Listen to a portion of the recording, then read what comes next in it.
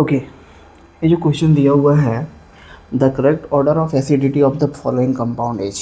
ये क्वेश्चन जो है अभी रिसेंटली KVS NBS का जो एग्ज़ाम हुआ है टीयर 2 का, उसमें केमिस्ट्री वाले सेक्शन, केमिस्ट्री वाले सब्जेक्ट में क्वेश्चन पूछा हुआ था। ठीक है, तो एसिडिटी का ऑर्डर पूछा हुआ है। सबसे पहला ऑप्शन दे रखा है, पहले में दे रखा है ए में फिनॉल। आपका फिनॉल ए हो गया OH। एसिडिटी का ऑर्डर पूछा हुआ है, मतलब ये H+ यहाँ से रिमूव करना है। ठीक है, कहाँ से इजीली H+ जो है वो रिमूव होगा।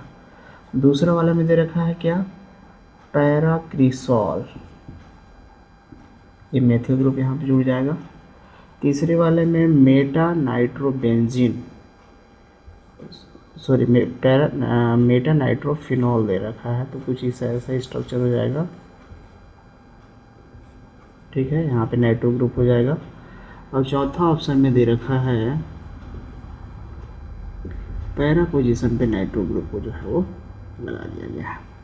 ठीक है, तो पहला में तो किसी प्रकार के फिनॉल के अतिरिक्त OH ग्रुप के अतिरिक्त और भी कोई सब्स्टिट्यूएंट नहीं जुड़ा हुआ है बेंजीन रिंग के साथ में। दूसरे वाले में देखें, यहाँ पे जो मेथिल ग्रुप है वो कौन सा इफेक्ट डालता है, प्लस आई इफेक्ट डालता है। प्लस आई इफेक्ट डाल के क्या करेगा, बेंजीन रिंग में इलेक्ट्रॉन की डेंसिटी बढ़ाएगा, जिससे इलेक्ट्रॉन अगले स्टेप में कहाँ जाएगा, ऑक्सीजन पे, और फिर ऑक्सीजन के पास सफिशिएंट इलेक्ट्रॉन हो जाएगा, जिससे वह ईजिली हाइड्रोजन ऑक्सीजन के बॉन्डेड इलेक्ट्रॉन को ब्रेक डाउन नहीं करेगा। तो यहाँ से H+ उतनी आसानी से बाहर नहीं निकल पाएगा। तीसरे वाले में देखें, यहाँ पे नाइट्रो ग्रुप कौन सा इफेक्ट डालता है, माइनस आई इफेक्ट डालेगा। माइनस आई इफेक्ट डालेगा तो इलेक्ट्रॉन की डेंसिटी को बेंजीन रिंग से अपनी तरफ खींचेगा, और बेंजीन रिंग अपने इलेक्ट्रॉन की जो डेफिशिएंसी होगा उसको कहाँ से कंप्लीट करेगा, ऑक्सीजन से। तो यहाँ H+ आयन यहाँ से बाहर निकलेगा। चौथे केस में देख लें, यहाँ पे दो प्रकार का इफेक्ट काम करता है, माइनस आई के साथ साथ माइनस आर भी यहाँ पे काम करेगा।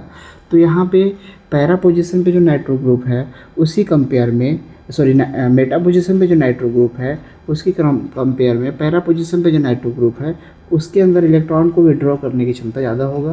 तो बेंजीन रिंग से इलेक्ट्रॉन को अपनी तरफ विड्रॉ करेगा, जिससे बेंजीन रिंग में जो इलेक्ट्रॉन की डेफिशिएंसी होगा उसको पूर्ति कहाँ से करेगा, ऑक्सीजन से। फलस्वरूप क्या होगा, यहाँ से ईजिली H+ आयन जो है वो बाहर रिमूव हो जाएगा। ठीक है, तो सबसे पहले जो है इलेक्ट्रॉन कहाँ से बाहर होगा, D से, उसके बाद कहाँ से बाहर होगा, C से, C के बाद कहाँ से बाहर होगा, A से, उसके बाद कहाँ से बाहर होगा, B से। मतलब हमारे पास करेक्ट ऑप्शन हो जाएगा DCBA,